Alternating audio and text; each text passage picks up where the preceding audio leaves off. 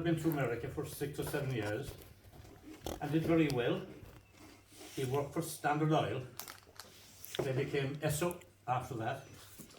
And he lived in Bayonne, New Jersey for 7 years, I think. With the same landlady all through, because we met her after. And then the crash came in America and everything went downhill. So they all came home. Thousands came home. Crookhaven, there'd be a dozen people came home, you know, and started off doing fishing and a bit of farming or whatever. And he came home and he got married to my mother in Long Island. I suppose there were sending messages across or something or whatever. And then they bought Crookhaven. And there's a girl here, I believe, who was born on the day they bought it. They won't name any names now, but she's here. 1933. Way down there, I mean, exactly. No, I won't use her age and all, but anyway. And then they went on and they had 7 children, God bless them. And we had water or electricity. Around the pier there were no walls to keep it from falling in. Of course we all fell in. But none of us drowned, thank God. And then my mother wasn't happy then. She had 4 children under 5 together. The first were twins. And then Sean came and I came and we were all, anyway, whatever. Then, as we were kind of growing up, her brother's wife died in Skibbereen. And they had a good few children and some of them were adopted by, one of them was in Golina with John and Otter's mother. And then we got Jimmy and Ray grew up with us like a brother to us. And then of course they all left and went off to England. And I went to work at the Mizzen, cycling up and down every morning, which was grand. And then the Mizzen, like people said, Bill, you should try and join the force, you know, because there were no other jobs at all. So I thought about it and I said I would. Went off to Dublin and we did the exam and a bit of training and that, and then there was a gap until someone retired, he wouldn't be called in, you know. So I remember going to England, all this talk they had about England, and they'd be home at Christmas, the lads throwing money around, you know, whatever. I went to Leeds. Brother Dennis was in Leeds, and fair play, he had a job for me, and gigs.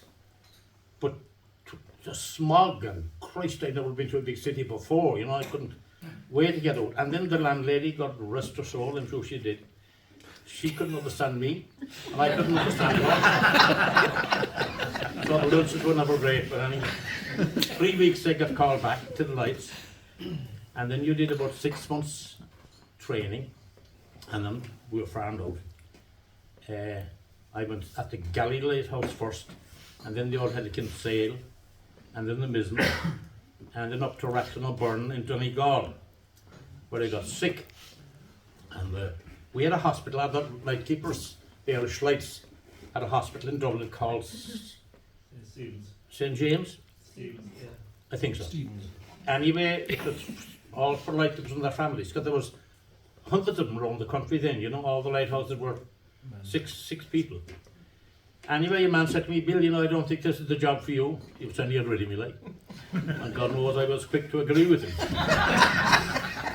And left and came home. And then started fishing with my father, who was fishing all the time.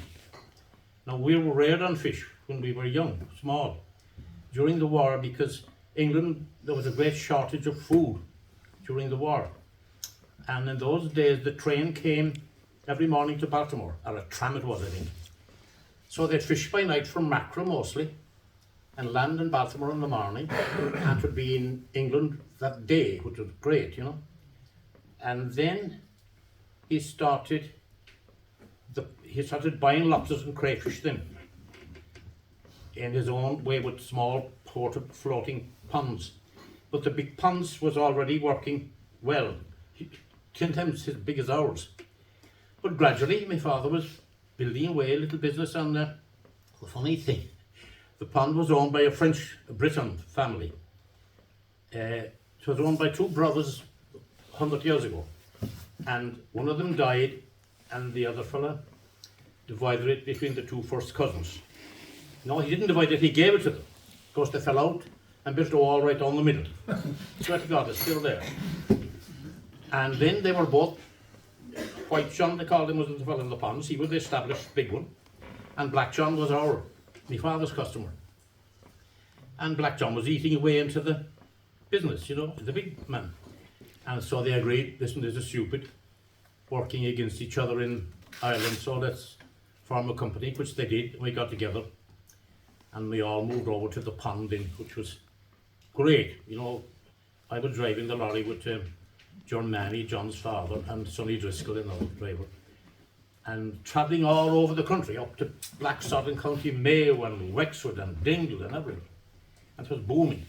We had about over 30. Sure, Richie was working there like only his own.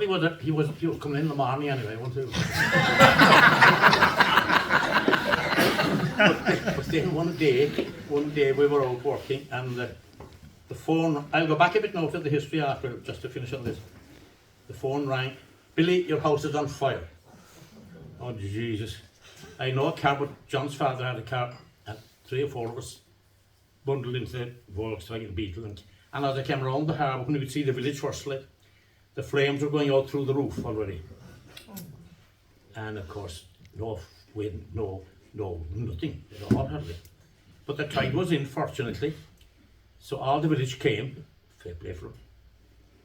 And we formed a bucket brigade, one standing at the pier, getting the water, passing it right on. And John Manny and myself at the top of the stairs, and we managed to quench it. Stop it at least from coming down any further. Now the roof was gone and the top story was gone, but still, we stopped it there.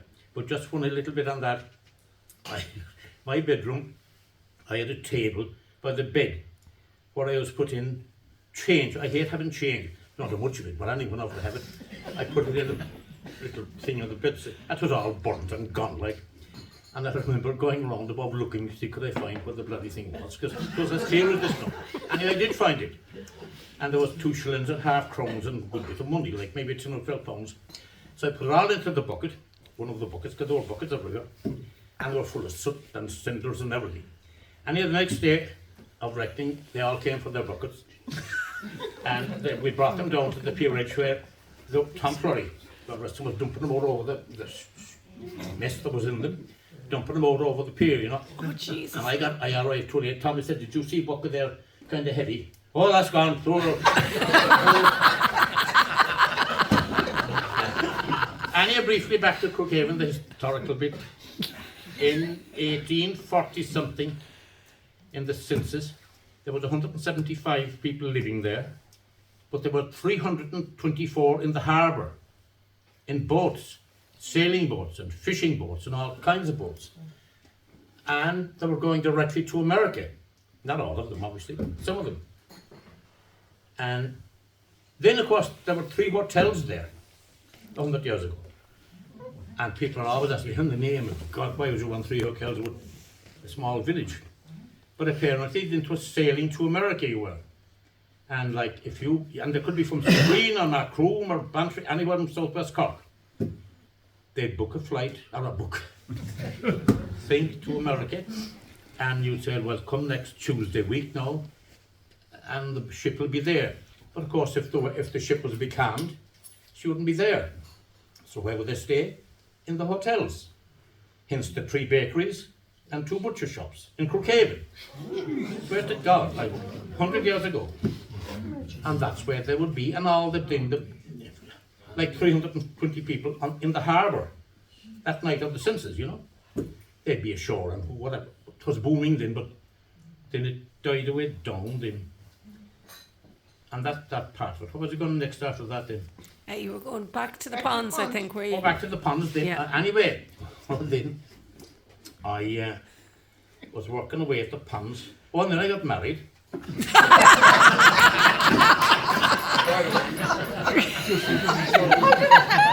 funny with that?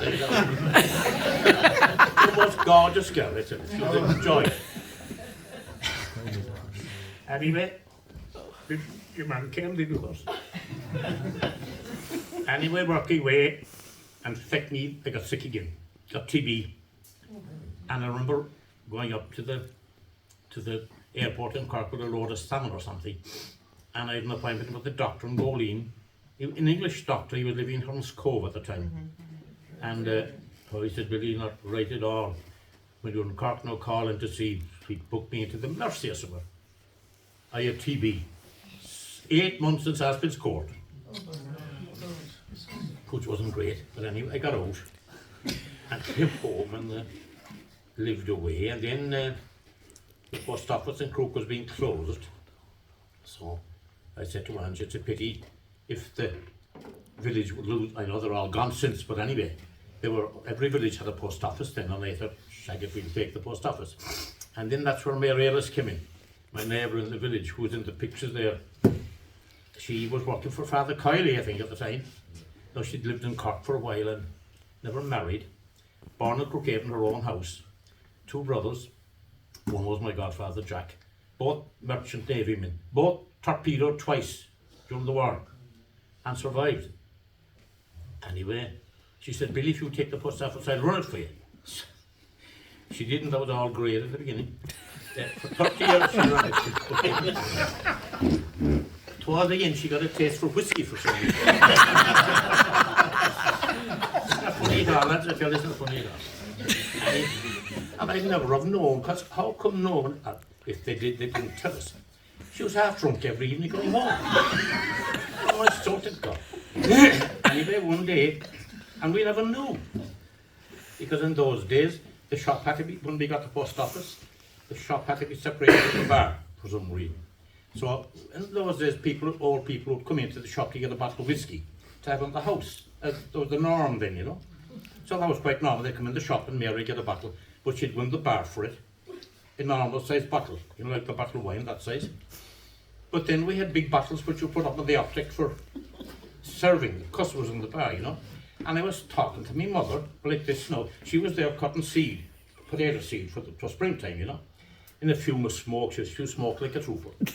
Anyway, we stood in to let Mary pass, and she was holding the bottle in her hand like that. I thought, Jesus, that's a big bottle, like. And how would she know the price of that? So I was saying to my mother, "Did you see the size of that bottle?" No, she didn't see it. Through the smoke, she couldn't see it. So Mary was going home, then and she'd go to the loo every evening first to go home, because she hadn't toilets or anything at home. And I went out and she had one of these shopping baskets women have sometimes, where she'd have her messages, the paper and her bread and butter, whatever she'd have. And we had a little special counter as well for the post office. So behind the counter, her domain was the basket, and a 40-ounce bottle of whiskey with a good chunk out of it. It was the greatest shock I ever got in my life. And I saw this woman we trusted completely. She was drinking a bottle of whiskey a day. Oh, she drank it and she was slim. Slim as most of the people. Slim as Liz Barry, for example. Anyway, Jesus, I was women off away, and we wouldn't kind of believe it first. I think it was Catherine McCarthy was working with us at the time, and we both, Jesus, I can't go on like, but then their mother said, "Get rid of her." I said, "I can't, like, she's here for 30 years, and I liked her." So then we watched her, day after day by a bottle was going. And then we counted them, like, to be absolutely sure she took it. And then one day I went up. It's a funny thing, because that time they were building, am I boring, you know, with all this stuff? No, it's amazing. The new houses across the way from her were being built. We call them the new houses, you know, the one Richie I'm talking about, across from the roads. She had a lovely house on the seaside in the village, choice location. But when they were building these in the evening, they put up the oaks were there, but the windows weren't. So they put up black sheeting to stop the draft, you know, and that just cut her light off, even though the light, she'd be gone home at 6 o'clock, the light would be gone anyway. And yet every night she'd go get a knife and go out and slash down all the, she was half drunk of course, you know, slash down all the fucking canvas. But one day, slashing down, I mean, she slashed her finger badly. Came down to me bleeding like a bull, and I said, "Did he take me to the doctor?" Which I did. Sean Donovan was the doctor, and Betty, his wife, and we were very friendly with him. And I said, "Ange, you know, ring Sean and ask him to, for Christ's sake, find something wrong with her, that she'll have to retire." And she was off soon anyway. And I took her over, and I was sitting having tea with Betty, and he stitched her up. No, I didn't say it in front of Mary. So I came home and he said, Ange, did you ring him? I did. She's perfectly healthy, only for the cut. So when I couldn't go, then fortunately she got pension age and retired. But through all that, the big mistake, one of the many mistakes they made, she had me hounded to buy the house, her own house. On condition she could live till she died, which would be fine. But then we had 3 or 4 houses then, and we had flats built in cottages and letting in the summer, and was busy, so leave it off.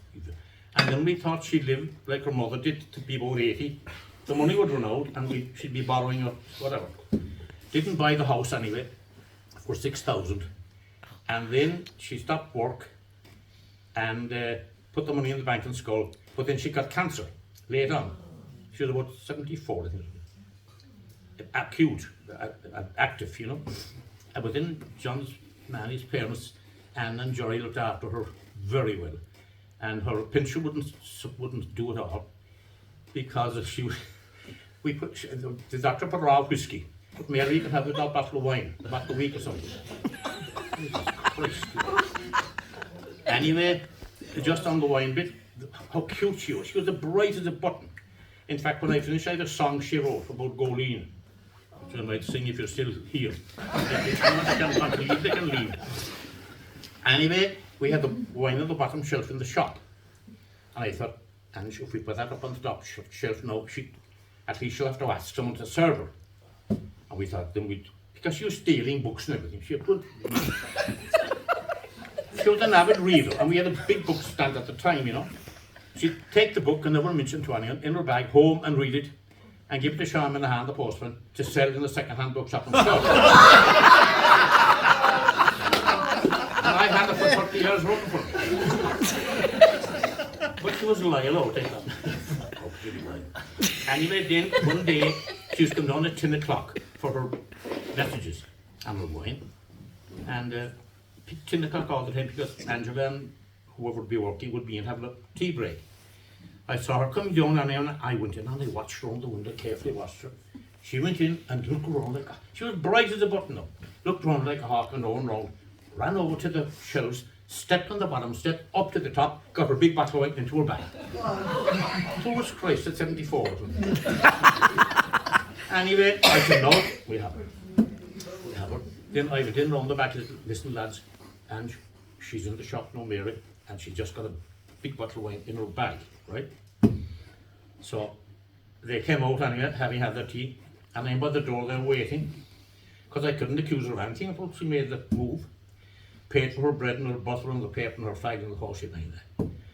Ready to leave, and then I said, but Mary, haven't you a bottle of wine in the bag? Oh yes, but I have money in this pocket for that. Pulled out the right. Where would you go with that? Anyway, then she got worse. This is the funniest bit, then she got worse, and we moved her bed downstairs, because she's still sitting upstairs. And Jory and I went up to move the bed down and barricade the stairs, because she was stubborn now. But her room, mother of God, if you saw it. It was completely bottles of wine and whiskey and everything, lined the floor. And the bulb had blown in the middle. She had no reading lamp. The bulb had blown in the middle of the thing, and she was too ashamed to get anyone to change it. So she had a bedside table reading with a candles. And she'd fall asleep and the candle would burn out. And there was a mountain of grease. How the whole house didn't go up, I don't bloody know. Anyway, said nothing about that. Brought her down, and then she was getting quite sick in the end. Cancer was eating away. And was still going into school every 2 weeks, I think, to the bank for the top up for the wine. About 10 days before she died, she went in to us. Leonard Desmond was the bankman. And it's, by the way, Mary, that's it. The account is closing. Oh Jesus, we're all wondering what we do next. She died the next week. Who was that? But then of course there was no one to bury her. I swear to God. So I got a coffin from the Board of Health or something. I bought a cheap coffin or something. And then we came up on the day, Tom Sepple, Johnny Joe and Joe Nathan, all dead and gone, rest of them. But we knew where her grave was. We knew her brother Tom was buried. The two brothers were long dead at this stage, one in Kilmoo and one in Goleen. But Jesus, we weren't sure. And you know, you couldn't go near anyone's grave if you did, Jesus, you'd be lynched. So we're waiting there in the morning, Tom Sutton, and John, myself, and John Arthur.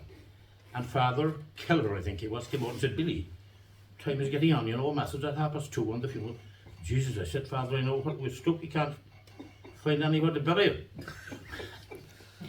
Some local came up, an oldish man, he said, I think she had some relation to Mara Calais in Leather. And I said, yeah, she could be buried near her father's grave or something. I said, Jesus, I'll go to Mara anyway. So I drove out and up to Mara, come in, Billy, tell me, come in and have tea, the usual crack. And I said, you know, Mary, said, oh yes, I'm going to the funeral, she said. But I said, Mara, I have a problem because we don't know where her grave is. Oh, they were buried next to my father somewhere, I remember. But never mind, she said, put her in my father's grave. What a wonderful gesture. Like a lady to the... I'll never forget of her. So we put her, because the night by the bloody coffin, the whole thing, but anyway, we put her in her father's grave, and that was Mary done. Where was I then before that? I went through the sailing ships and the whole shebang. Were you thinking of Jur? Taking what? Jur? What about there? You there? Jur. Jur. Oh, Charles. Yeah, and the two. Okay. Yeah. I have a couple little bar stories and I'll finish then. But I'll sing the song before I go. Oh, good. We had characters in the bar, God love them. And with outside the bar, there was one for the Jur Cockton, the local man. Joe the Greek, he was called because he was hard to understand sometimes. And he was a small farmer, but a builder. And at the time we were doing the flats and cottages, a lady called Craig White, a big Tipperary farmer's wife, had bought the lighthouse cottages for road, and she was doing them up. High spec now. Ours, flats and cottages with low spec. But she was getting rid of all the old stuff like windows and doors and chairs and everything. And Joe the Greek was working for her. He was a great worker. He did a lot of work for me. A lovely man, but hard to understand. Hence the nickname the Greek. And anyway, he would be bringing away a lot of the stuff that she said to dump. Like doors, there was panel doors and flush doors and front doors and back doors and loads of stuff. And Joe was hoarding all these, and I didn't know much about that. Anyway, at the time, everyone had a few cattle. And in the fall, you'd be buying in, if you wanted, a couple of cattle to fatten up for the winter, like. And weanlings or bulks or heifers. The fancy name, there was fat stores, they were called. You'd bring them in and fatten them up and sell them on, you know. So I thought we could do with 2 fat stores. Anyway, so I went to the creamery, and there was a regular 4 or 5 local lads there, you know. And I got back on the job, and he talks a mile a minute, like. And I was telling about judges, you know anyone that would, where I could buy 2 fat stores. And I thought I had 2 fat stores, but we didn't discuss the price, because if I did, the story would be blown. And I said, I said, Dick Burchill now was then the local, he would take the cattle to the mart and all that, you know. And I said, tell you what we do, Joe, get Dick to bring them down, and you, whatever price Dick says, will you accept that? I said, we're happy with that, so, and when he comes down with them, if I'm not there, I'll tell Ange to pay him, and he can pay you. Well, grand. And then nothing happened for about a week, and then I was going to, I couldn't read him because there were no mobile phones or anything, but then, next thing, Joe arrives on his tractor with 2 flush doors. I swear to God, it's back to the store. But we followed round there to fucking phones. I was going to say, Joe, I thought I'd not cat laugh, you know. And the other one then is Willie Downey, one against myself. I had Willie and Patsy Patty, bachelor men, lovely, clean, well-dressed men, houses with no water or anything. You know, Willie would live with his brother Con down by the caravan park there. And they had a routine. Well, Patsy would be the weekend mostly. But Willie was every Thursday. You got to go in, get drunk, you're half drunk. He wasn't being drunk, he'd be falling all around the place. Well, he never falling. He could stand at the counter and knock 4 stools and not fall. And he was always coming and he was do the buying for the house, it's all the brother Con. They had no electricity because Con reckoned Christ would have to wear a rubber suit. They didn't take the electricity for years. And he would come in and buy it. And funny thing, it was about £8 usually. Bread, butter, meat and fat, the whole shebang. But it never varied very much. But quite often he wouldn't pay me first. So he'd had money for the drink, no fairness. But Christ, people put that all in. Next week, we'll sort you out next week. And I think next week came and wasn't sorted out. So the third week anyway, the things you have to go through in this trade. Third week I said, oh, by the way, we're going to build a few things out of the shop. And again the same routine in £8 more. And I said, by the way, Bill, what did Con say when you asked him about the money for the last batch there? Con said they were paid for once or maybe twice. Well, Jesus, I gave up then altogether. The last bit in was, so I have no more to tell you. Oh, one about Patsy Pat. Lovely man, he had great temper. Always well dressed, but Patsy always paid for everything in fairness. But we got a couple, they were running Nottages when we bought Nottages Bar. And Julie and John, she was a lovely woman, well endowed now, in fairness. And, Patsy fancied her anyway, and I remember there where I was introduced to him or something that, Christ, and you have the accommodation and the preparation for the baby's breakfast. Anyway, I know my song. This is about the bus to go lean.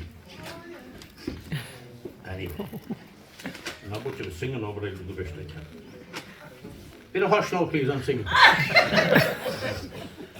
On the 5th of December 1949, the chorus from Parading extended their line.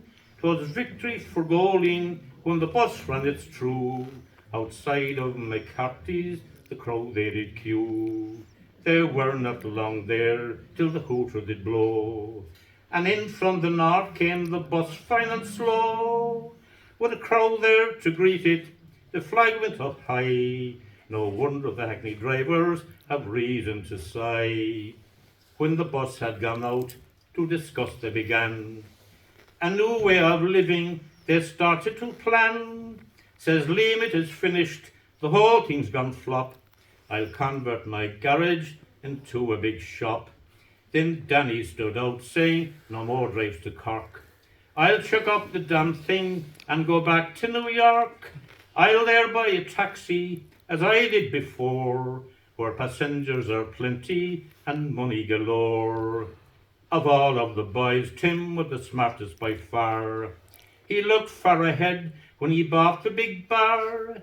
With it stocked up for Christmas, he'll cut quite a dash.